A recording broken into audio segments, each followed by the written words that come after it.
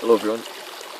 Today I want to talk about the necessity of rebellion against tradition, which may seem quite hypocritical for me because I am a traditionalist.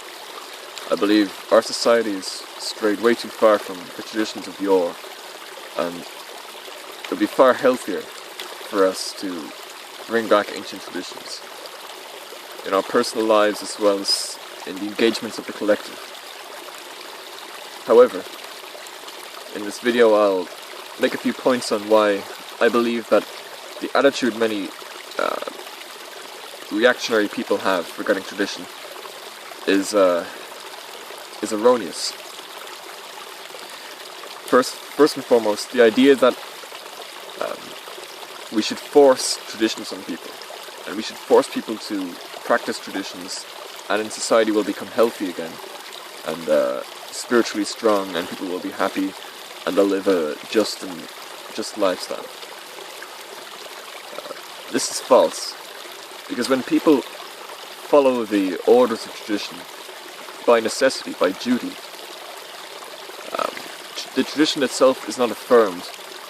They do not see themselves as reflected in the collective. The individual doesn't see himself reflected in the collective, and the individual doesn't see himself reflected in the world, thus affirming his lifestyle, if he does not rebel against tradition first. And I'll give a few examples to explain this. But first I'll give the example of the schooling system. Now in England, for the best of 200 years, there has been a very strict schooling system which almost all public and private schools in Ireland and Britain and most countries, to the best of my knowledge, in the West maintain. And some of these traditions include wearing the school uniform, standing in line for assembly, perhaps saying a prayer before classes begin in Catholic schools, all the way down to the structure of the authority in the school: principal, vice principal, year heads, and then there'll be prefects who are students as well. It is very rare to find a school, particularly private schools, which don't have all of these things. I went to a public school and it had all of these things. And yet there is no satisfaction for the student in engaging in any of these traditions. The student feels minuscule. He feels overwhelmed. He feels powerless by doing all of these things every day. And so what value is there in the tradition? Now, much in the same way that in order for a son to love his father, he must rebel against his father first.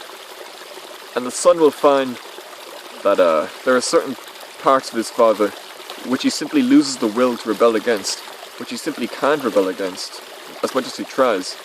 And these are the parts which he will then see are common between him and his father, and he will love his father due to that. A son, however, who does not rebel against his father at all, either his father is so strict and imposes such order, as in sort of strict societies in the past, particularly if you take English noble society, which you will probably be familiar with from literature, the upper class societies in England in the past, which were very strict on their sons to do this and that, follow this profession, play these sports, and excel in everything. And the boy would never rebel against his father. The boy would always do exactly what his father wanted. But in such societies there is a terseness, a lack of filiality, and ultimately a lack of love between son and father.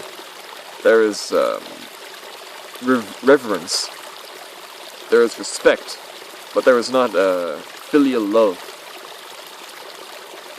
Much in the same way in Irish society in the past, as well as today, to be perfectly honest, pretty much everywhere in Ireland, it's quite common for sons and fathers to have poor relationships with each other, because they don't share anything with each other, and any rebellion that is done is either done in secret or it's not done at all. People just don't rebel. And for that reason, all of the orders the father gives the son are not verified and affirmed. Much like in mathematics, how to prove an equation is true, one must first prove that it isn't true. In the same way, here, the orders of the father and the lifestyle the father desires the son to live must first be tested. It must first be rebelled against. Much like how, if you work in a smithy and you make a new tool, you must first test the strength of the tool by trying to break it, in order to prove that it won't break. Much in the same way, a generation must rebel against the older generation in order to prove which elements of the tradition of that former generation are healthy and verified and inescapable. Now, we see this in history. So many generations rebel against the previous generation, particularly modern history. There are many elements, you might say, pushing culture towards progress. Capitalism is one of these things. Ideology is another. So the ideology of liberalism might encourage people to progress in a certain way, which might sort of speed things up. Certainly with the Industrial Revolution too, society was already speeding up very fast and changing, and of course that also had an effect. But nonetheless, we see every generation has a sort of rebellion. In the 60s there were the hippies and the sexual revolution. In the 70s and the 80s there were punk rockers and metalheads. In the 90s and the noughties there was a new wave of green politics and environmentalism. And today, in our generation, we see neoliberalism, and we see the gay rights movement and things like that. However, your parents were probably born sometime in let's say the 60s and the 70s, if you were from our generation. And they grew up and became pretty much identical to the people beforehand in terms of many of the values and many of the basic things they did. It's so common to see a hippie who grew up smoking weed and rebelling against the system, growing up to be a boring, dull person who still maintains some sort of tradition and authority. Yes, of course, tradition is collapsing. Our society today is way less traditional than it was a generation ago and a generation before that. There is that. But my point is that people who rebel today, they grow up and they regret it. They regret it, and then they reform, they recant, and they go back to the way their parents used to live. People who smoke weed when they're young usually don't do it when they're 40 and 50, you know? There are many cases of feminists who believe in sexual liberation and whatnot, who then regret not having children after they hit menopause. And it's sort of a cruel realization for those people. But of course, it proves my point that one must sort of rebel against tradition in order to affirm it. The final point I make is that if you take a society where there is almost no rebellion against tradition, such as medieval Christian society, or just extremely Christian societies anywhere, today or in the past, people are dull and unintelligent mostly in such societies. And the value of the traditions they are upholding every day is never reaped. They are engaging in the same acts and traditions year after year without reaping the spiritual rewards that would come from that if they tested the iron in the forge, so to speak. And so my conclusion here is that it is necessary in many ways for people to try and go their own way, particularly in their youth, to rebel against not only parents but against the generation, in order to affirm the elements of their culture and the older generations, which are reflected in themselves, and thus they see themselves reflected in the world around them. in order to escape, say, the clouded, boring, dull societies of sheepish people who are simply following orders. And it's funny how quickly those Christian societies abandoned the traditions of old, the pagan traditions, which were vestigial in Christian times. They simply abandoned them. Once God died, say, after the Industrial Revolution, and God was no longer the single most important thing everybody had to think about.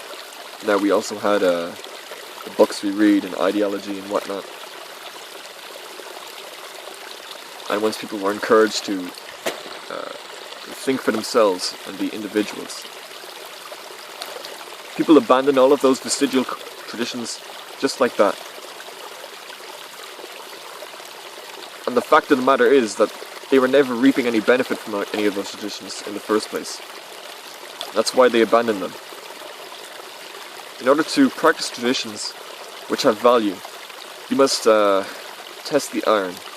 You must push those traditions to the limit and see in what areas they actually are beneficial towards you. And then you'll find that culture, ancient culture that is, and ancient traditions, as those traditions are the ones practiced for the longest, will always be affirmed and are worth living. The final point I'll make is about the communists wanted to impose a society of absolute equality. They rewrote biology textbooks so that students would learn that evolution is not about strength and adaptation, but it's simply due to chance, and that all organisms in their perfect environment would work together in harmony. They even tried to teach farmers this, so that they would spread all their seeds perfectly evenly on the ground and stop selective breeding. But the nuclear family remained, and the Soviet Union's culture was in many ways far more traditional than the Western culture was by the time the Soviet Union collapsed. So, even rebellion, the absolute rebellion against tradition, that being communism, even that could only help to affirm the traditions themselves. That's all I have to say.